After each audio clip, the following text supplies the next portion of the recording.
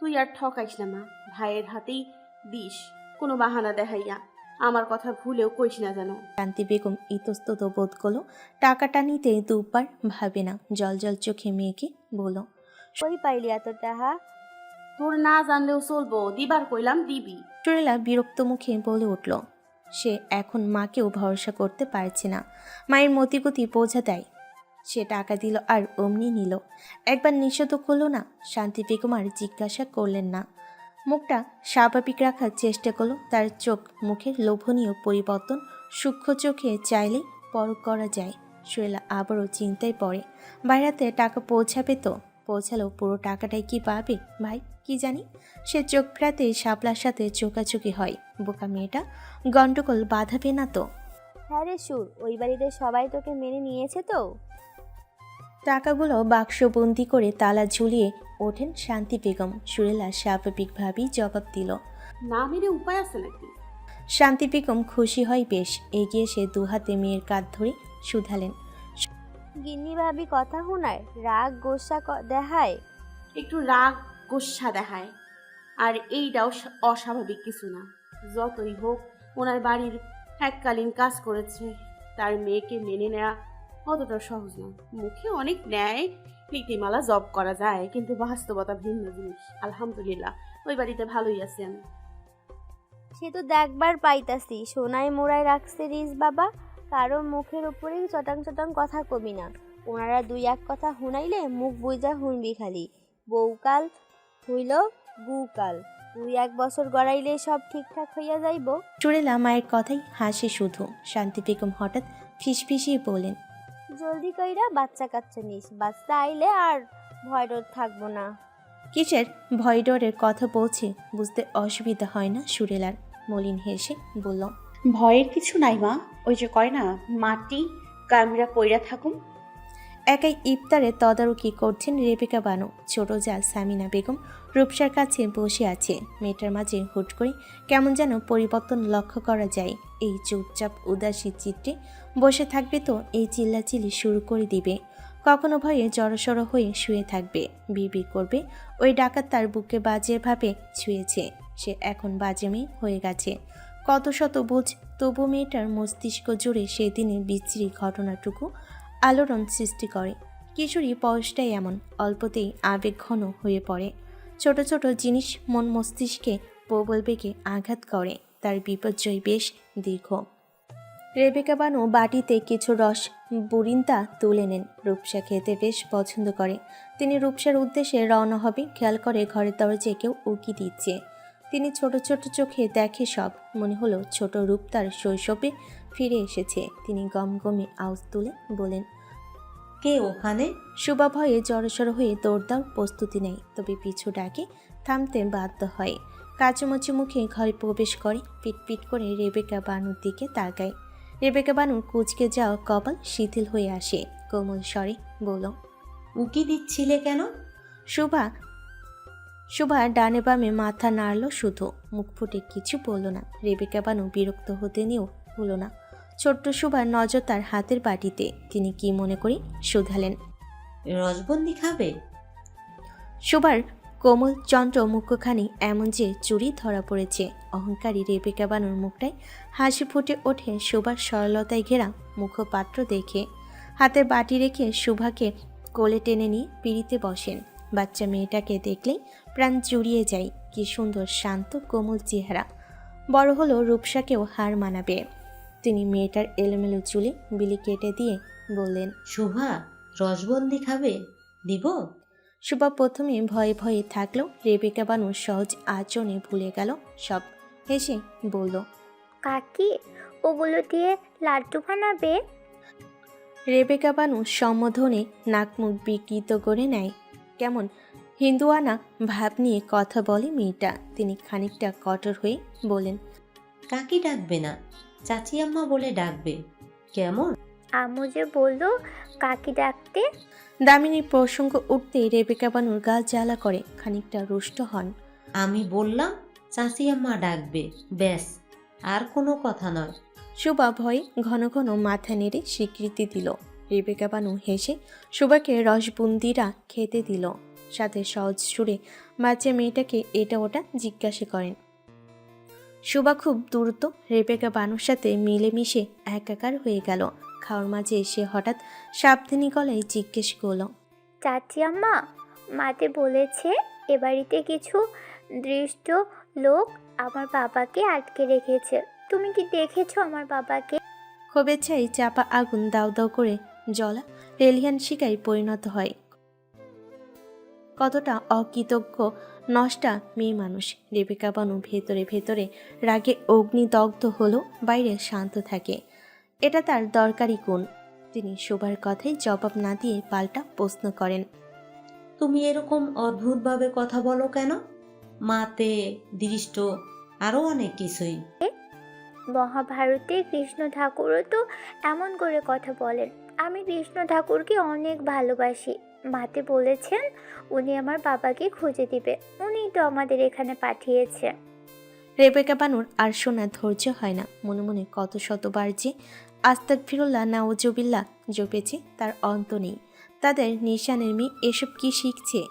Ridge আসুক, কথা বলতে হবে। তাদের ঘরে মেয়ে হয়ে হিন্দু সম্প্রদায়ের রীতিনীতি মেনে চলবে, সেটা তো হতে দেওয়া যাবে না। সবার আগে এই বাইজারি নষ্টা মেয়ে মানুষকে বের করতে হবে।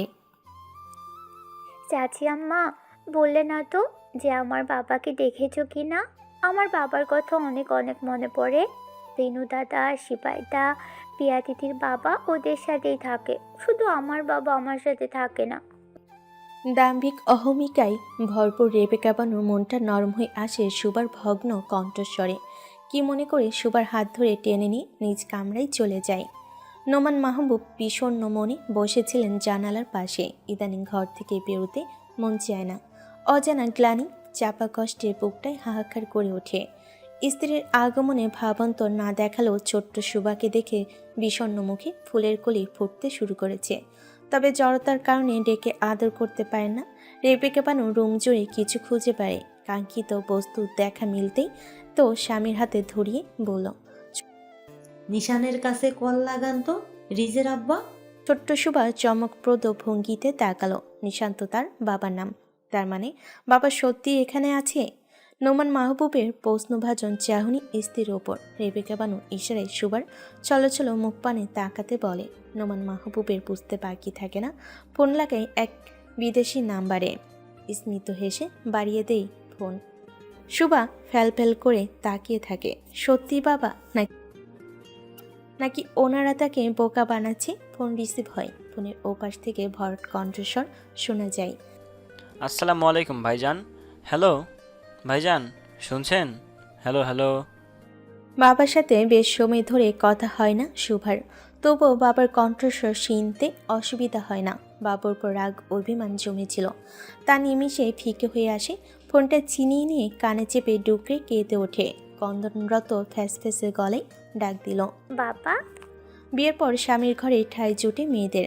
বাবা বাড়িতে এসে 2 দিনের নাওয়ের মেয়ে নাই ওর এলে বাবা মায়ের আনন্দে সীমা খুঁজে পাওয়া ভার। তবে সুরেলার বেলায় ভিন্নধর্মী। তার বাপ নামক লোকটার খবর বার্তা নেই, তবে মায়ের চোখের মনিতে আছে সে। এতটা আহ্লাদ সুরেলা কখনো পায়নি, বিধায় হজম বড্ড পীড়াদায়ক। সুরেলা মাকে রসুই চালা থেকে তুলে নিজেই নানান পদের রান্না করছে। তার জনাব অতিমাত্রায় খুঁতখুঁতে। সূচিবায়ুও আছে, সবসময় যেমন টিপটপ থাকে আশেপাশেও টিপটপ থাকা যায়।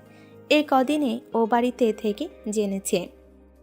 খাওয়ার বেলাতেও বেশ খুঁতখুত করে, এমনকি তার ব্যবহার্য থালা বাটি গ্লাস অবধি আলাদা, যা অন্য কারোর ব্যবহার করার অনুমতি নেই।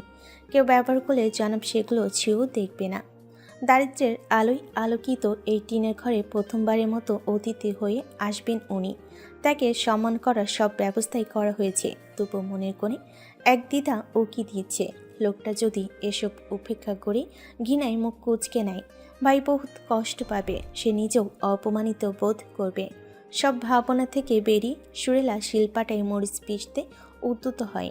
এমন সময় কারোর গলা শোনা যায়, শিল পাটা এদিকে দে, আমি বাইকটা দিতাছি।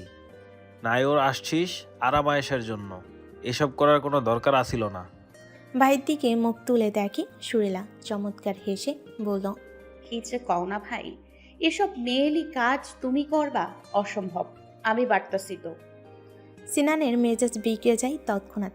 এক বিশাল রাম ধমকে শিল্পাটা ছেড়ে চুলোর পাড়ে বসে সুরেলা, যদিও তার পছন্দ না ভাই মেয়েলি কাজকর্ম করুক। সিনান বিরক্ত মুখে বোনকে দেখে নিয়ে পিড়িতে বসে পাটায় শিল দ্বারা মরিচ পিষে খটখট ত্যক্ত গলায় বোনকে বলল, কোন বইয়ে লেখা আছে ইল্লা মেসল মানুষের কাজ? সুরেলা তর্কে জয় না। 101টা যুক্তি সে ভাইকে দেখি থামাতে পারবে, কিন্তু শেষে যে ধমকখানি জুটবে তা বড্ড বিষাদ। সে হেসেলে পাটখড়ি ঠেলে দেয়। এমন সময় রসুই ঘরে উপস্থিত হয় আয়ালি বেওয়া। সিনানকে মরিচ বাড়তে দেখে নাক মুখ কুচকে নেয়। তার মতে পুরুষ মানুষ ঘরে কাজ করলে পুরুষের দাম কমে যায়। তবে নাতির সপ্ত আসমানে চড়ে থাকা মেজাজের ধার দেখে কিছু বলার সাহসে কুলায় না। তবুও টিপ্পনি কেটে বলেন, আহ, বোনের প্রতি কত ভালোবাসা, নাকে জল আইসা গেল। সিনান ভুর উঁচিয়ে যায়।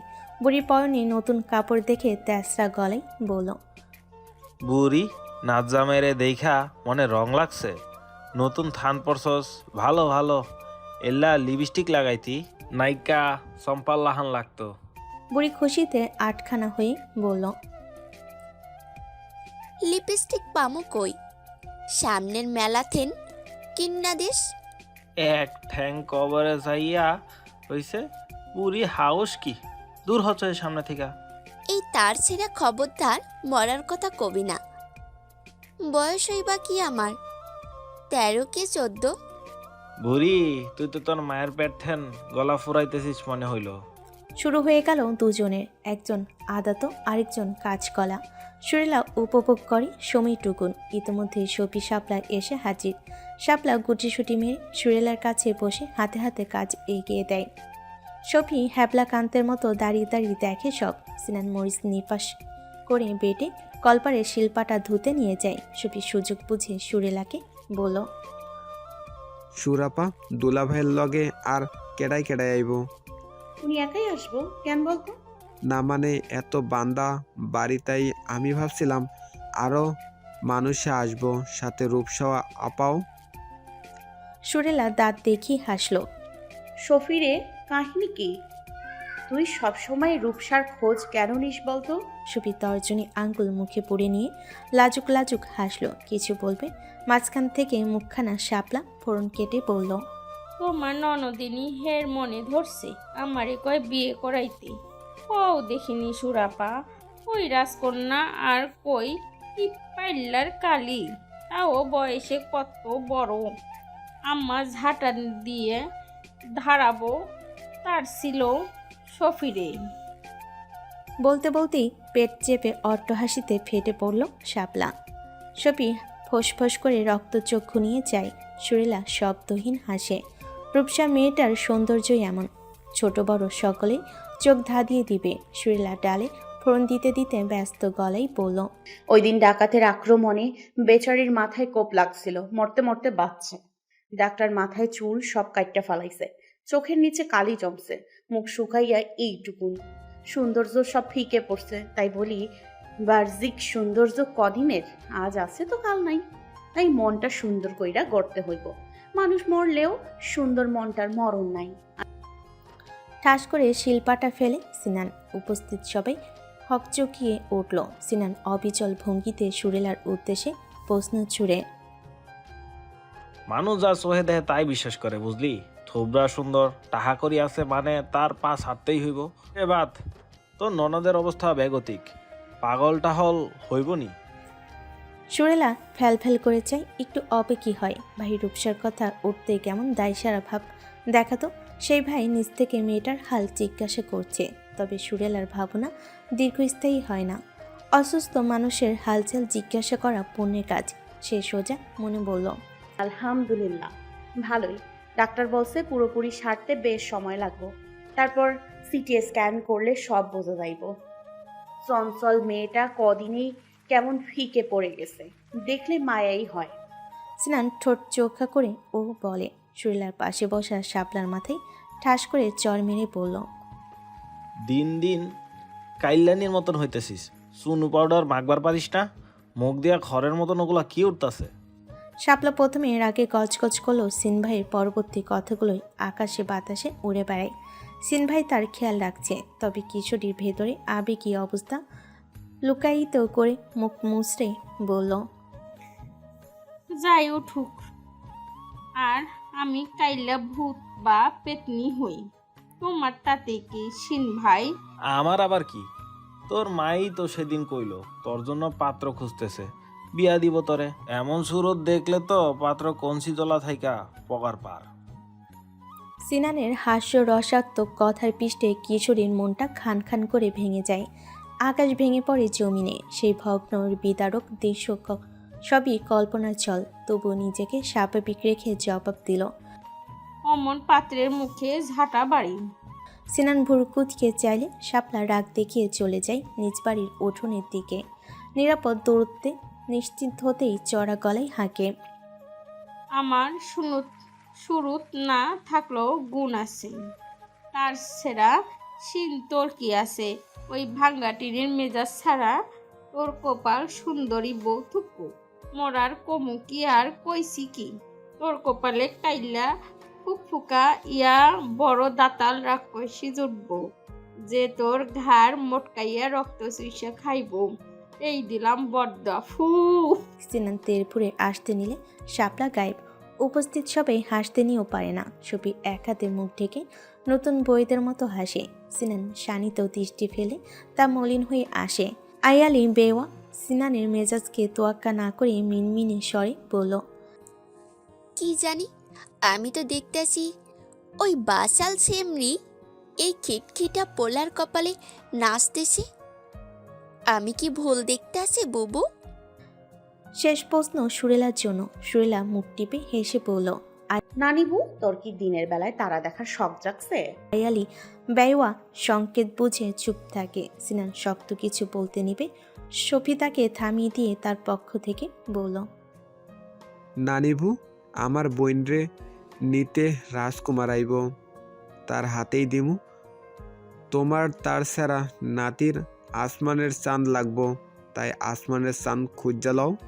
সফির কথার মাঝে লুকিয়ে চাপা অভিমান। বাবার ছায়াবিহীন বড় হওয়া, পিঠাপিঠি ভাই বোনের শান্তি চারিদিকের কথাই, শান্তি চাচির কথাই এটাই ভেবে বলেছিল শাপলার সাথে সিন ভাইয়ের বিয়ে হবে, তার বোনটা চোখের সামনে থাকবে। কিন্তু সিন ভাই সরাসরি মানা করলে রাগ হয়। তবে সে জানে সিন ভাইয়ের উপর তাদের রাগ করতে নেই। তাদের নিরবিচ্ছিন্ন জীবনে একমাত্র ঢাল এই সিন ভাই। সিনান হয়তোবা বুঝতে পারে তার অভিমান।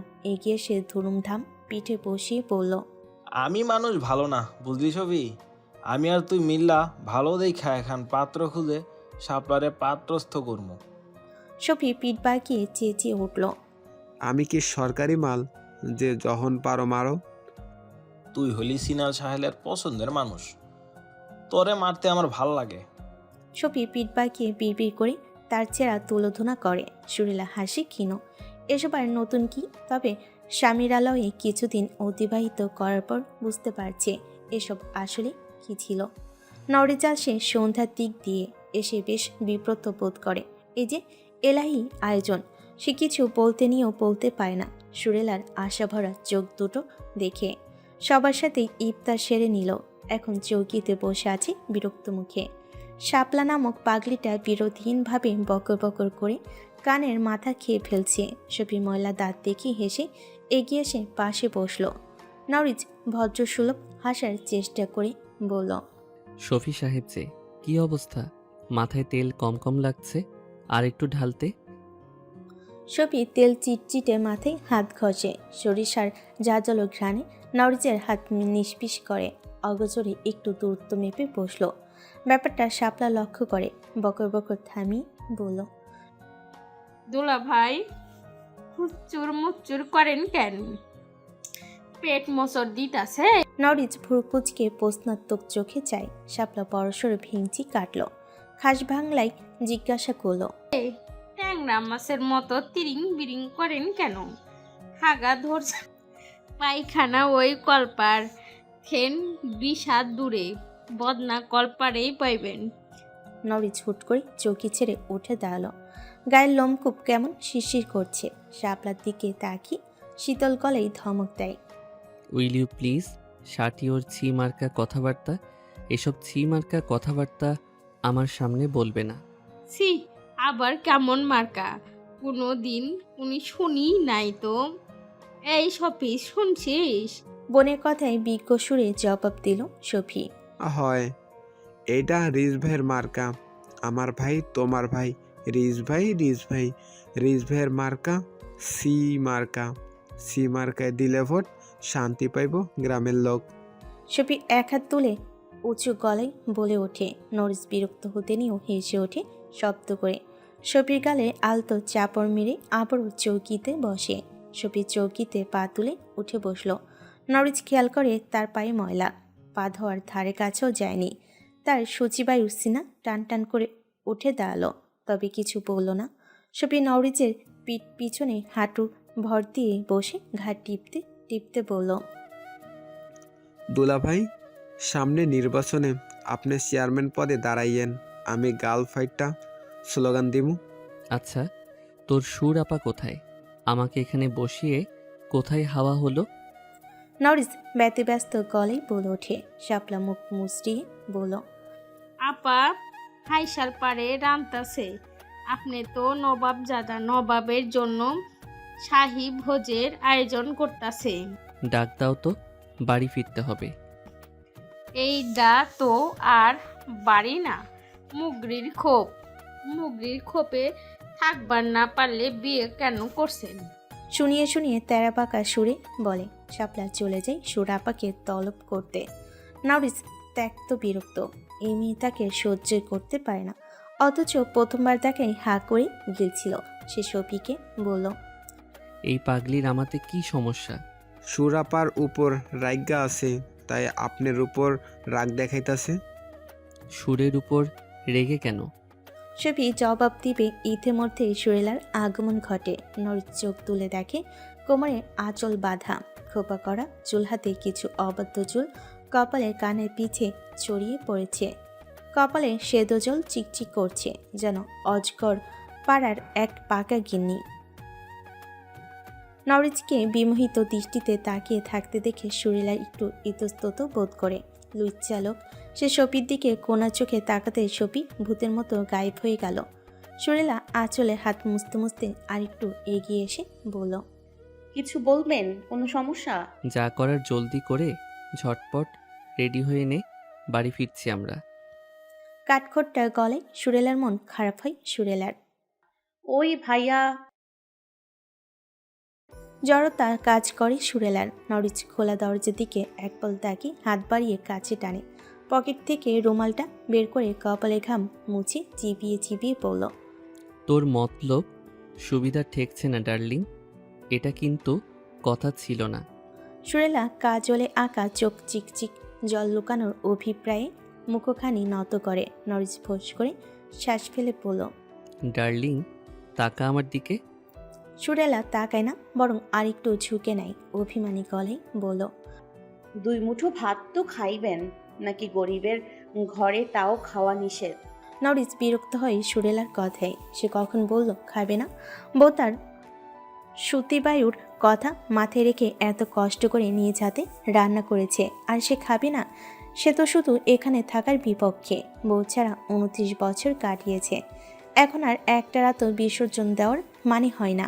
সে চাপা স্বরে ধুমকে বলল, তোকে খাবো মাথা মোটা, যা জলদি রান্না শেষ কর গিয়ে। সুরেলা কিছু সময় সেভাবেই দাঁড়িয়ে থেকে দরজার দিকে পা বাড়ায়। নরেজ কি মনে করে পিছু ডেকে বলল, বাস ট্রাস তো মনে হয় করিসনি। দরজা ভিজিয়ে দিয়ে কাছে আয়, কয়েকটা শুকনো খড়খড়ে চুমু খাবো। সুরেলার কান দিয়ে গরম ধোয়া বের হয়। সে অতি দ্রুত বেরিয়ে আসে ঘর থেকে। লুচ্চা লাট সাহেব। আষাঢ়ে ঝিরঝির বৃষ্টি পতিত হচ্ছে বসুধায়। মৃদুমন্দ বাতাসে আবহাওয়া ঠান্ডা। গ্রিলবিহীন বারান্দার মেঝেতে বিষণ্ণমুখে বসে আছে এক কিশোরী। পিঠ ঠেকেছে রেলিংয়ের শক্ত শিরে। কিশোরীর চোখ দুটোই আষাঢ়ে মেঘ। ক্ষণে ক্ষণে 2-1 ফোঁটা বিন্দু পতিত হয়। ভেঙে আসা চিকন কিশলয়ের ন্যায় ওষ্ঠাধর বিড়বিড় করে কিছু চুপছে। বিষণ্ণ মনটা হাতের পুতুল জোড়াই যোগী হয়েছে। একটা বর পুতুল আরেকটা বউ পুতুল। ছোটবেলায় সিন ভাই কিনে দিয়েছিল পুতুল জোড়া, এর পেছনেও ইয়া বড় কাহিনী লুকিয়ে। সেবার ভাইয়ের সাথে মেলায় যাবে বলে জেদ ধরেছিল, ভাই নিবে না, কিন্তু চাচি জানের হুকুমে নিয়ে যেতে বাধ্য হয়। মেলায় গিয়ে দেখে তারা একানা, সিন ভাই, সোহাগ ভাই, সাগর ভাই সহ ভাইয়ের আরও অনেক বন্ধুরা উপস্থিত। ছোট্ট রূপসাকে দেখে সবাই খুশি, খেলনাও কিনে দিয়েছিল। সবার মাঝে অনুপস্থিত ছিল সিন ভাই, তাকে যেন দেখতে পাচ্ছিল না এমনভাবে ঘোরাঘুরি করছিল। সে অনেকবার ভাব জমাতে গিয়ে রাগ করে ফিরে এসেছে। ঘোরাঘুরির এক পর্যায়ে সিন ভাই একজোড়া পুতুল কিনেছিল বনির জন্য। বর পুতুল আর বউ পুতুল দেখে তার লোভ লাগে, সে জেদ ধরে ওই পুতুল নিবে। রওশন ভাই আরেক জোড়া কিনে দিতে চাইলে সে মানেনি, তার এই জোড়াই চাই। সিন ভাই সেদিন অনিচ্ছা সত্ত্বেও পুতুল জোড়া তাকে দিয়ে দিয়েছিল। রূপসা পুতুল জোড়া সযত্নে বাক্সে আগলে রেখেছে, এখনও নতুনের মতো। রূপসা পুতুল দুটো কাছে আনে, বিড়বিড় করে বলল, এটা ছিনান আর এটা রূপসা, একটা বর আর একটা বউ। কিশোরীর জলজল চোখ দুটো দুর্তি ছড়ায়, গালে কিঞ্চিত লাজের অভিমা। বউ পুতুল নিচে রেখে বর পুতুলকে দু হাতে উঁচুতে ধরে নিষ্প্রভ দৃষ্টিতে তাকিয়ে দেখে। শুকনো ঢোক গিলে রুক্ষ ফাটা অধৈর্যরা পুতুলের মুখে ছুঁয়ে দেয় ঘন ঘন। হুট করে বিষম খায় সিনান সালেহ, একেবারে যাতা অবস্থা। মুখবিহ পরে ঝাল খাবার শ্বাসনালীতে গিয়ে শ্যামল মুখটার করুণ অবস্থা করেছে। শান্তি বেগম মাথায় চাপড় মেরে বলল, বালাই শার্ট কেদায় গাল দেয় বাজান রে, দেখি বানি খা। শৈলা পানি ঢেলে দিলে স্নান ঢকঢক করে পুরোটাই সাবার করে। শৈলার বাম পাশে বসা নওরিজ মাহবুব খানের মুখ বিবর্ণ হয়ে গেছে আদিতেই, তবে নিজেকে যথাসাধ্য স্বাভাবিক রাখার চেষ্টা করে। নিজ শশীবায়ু জনিত সমস্যাতে ওনারা অপমানিত বোধ না করে। সিনান স্বাভাবিক হয়ে নাক ঝেড়ে আসে কলপার থেকে, খুব খুব করে কেসে বলল, কোন হালায় গালি দিল আল্লাহ জানে। এই বুড়ি, তুই দেখছিস নাকি? হ, আমি তাই ভুল করছি। গাল না দিয়া গলা চাইপা ধরলে ভাল লাগতো। তার সেরা আয়ালি বেওয়া নাতির দেওয়া অভিযোগের জবাব দিল। সিনান বৃদ্ধার আঁচলে ভেজা হাত মুখ মুছে দিল, থালা থেকে একমাত্র মাংসের টুকরো মুখে পুরে পড়ল। বুড়ি, দাঁত নাই, গোস্ত নিচ্ছিস কেন? আয়ালি বেওয়া হাই হুতাশ শুরু করে দিল। আবারও লেগে গেল দুজনের। সাথে যোগ দেয় বৃদ্ধার ওপাশে বসে খাবার খাওয়া বাঘপটু শাপলা ও সফি। নরিজ বিস্ফোরিত চোখে তাদের দেখে যায়, একে অপরের সাথে ঝগড়া ভৎসনা করছে, তবু ভালোবাসার বন্ধনটুকু চোখ মেলে টানছে। নরিজ নানা নানি দাদাকে পায়নি, দাদিকে যতটুকু পেয়েছিল তার সূচিবায়ুর সমস্যায় দাদির কাছে ভিড়তে দিত না। কারো হাতে খাওয়া, আঁচলে মুখ মোছা, কোলে বসে গলায় ঝুলে থাকা, এসব অসহ্য লাগে। সবচেয়ে বিরক্তিকর ছিল পান। দাদির পানের জর্দার তীব্র ঘ্রাণে তার পেটে গুড়গুড় করত। কি হইল, খাইতেছেন না কেন? খাবার স্বাদ হয় নাই? সুরেলার কথায় নরিজ কিছু বলবে, আয়ালি বেওয়া মাঝে বাম হাত ঢুকিয়ে দেন। হ্যালো নাচ জামাই, খাবার খারাপ হইলেই বাকি তোমার ওনি রান্ধেছে। সুরেলা গরম চোখে শাসায়, বুড়ির মুখে ব্রেক নাই। বিদ্যা ক্ষয়ে খাওয়া দাঁত দেখিয়ে গেলায়। শান্তি বেগম মুখ টিপে হাসেন। নরিজ আর চোখে সুরেলার দিকে তাকিয়ে বলল, খাবার ভালো হয়েছে নানি। বিদ্যা মস্করা শুরু করে দিল। সুরেলা লজ্জায় চোখ নামিয়ে নিল। বুড়ি মা ভাইয়ের সামনে কী সব বলছে। সিনান বোনের লাজুক হাসি মাখা মুখ থেকে প্রশান্তি পায়। রিজ ভাই সুরকে ভালো রাখবে, কিন্তু তার অহংকারী পরিবার। খাওয়ার মাঝে আয়ালি বেওয়া নিজ পাতের এক টুকরো মাংস নরিজের পাতে তুলে দিয়ে দাঁত দেখিয়ে বলল, আমার তো দাঁতে ধান নাই, নাচ জামাই তুমিই খাও। নরিজের খাওয়া থেমে যায় তৎক্ষণাৎ। বৃদ্ধার স্নেহ বুঝতে পারল এটো ভাত লাগা মাংসের টুকরো দেখে তার পেট গুড়গুড় করে। সে সুরেলার পানে তাকায়, যার অর্থ এটা খাওয়া তার পক্ষে অসম্ভবই কিছু না। সুরেলা বুঝতে পারে লোকটা এ বাড়িতে আতিথেয়তা গ্রহণ করেই বেশ ভুগছে। নিজের রাজপ্রাসাদ রূপ বাড়িতেই কত ইচিং বিচিং করে, সেই হিসেবে এখানে সে অনেকটাই মানিয়ে চলেছে। সে হাসি মুখে নানিকে বলল, ওনার পাতের টুকুনি খাইতে পারতেছে না, তুই আবার। বাক্য অসম্পূর্ণ রাখি সুরেলা নরিজ সুযোগ বুঝে বলেই দিল। সত্যি আমি আর এক নিবালাও খেতে পারবো না, আমার পেট বুকড। নানি, আপনি খান না সময় নিয়ে। সিনান শান্ত চোখে সবই অবলোকন করে যায়। বোন পঞ্চায়েমায়ের নীরব কথাও ঠাউর করতে পারে, বিদ্যার দিকে ক্ষোভিত দৃষ্টি ফেলে। আয়ালি বেওয়া বুঝতে পারলো কিছুটা, আমতামতো করে কিছু বলবে। সিনান থামিয়ে দিয়ে নওরিজকে বলল, জোর করে খাইতে হইব না, সুর ভাইরে কলপা নিয়ে যা। নওরিজের একটু খারাপ লাগলো, স্বস্তি পায়। সুরেলা টর্চ লাইট জ্বালিয়ে কলপারে নিয়ে যায় নওরিজকে, বা হাতে কল চেপে দেয়। বহমান পানির ধারে নওরিজ হাত ধোয়। সুরেলা কলপারের বেড়ায় তক্তা বাঁধা উঁচু স্থান থেকে সাবান দেয়। নওরিজ সাবানের দিকে আলো ধরে বলল,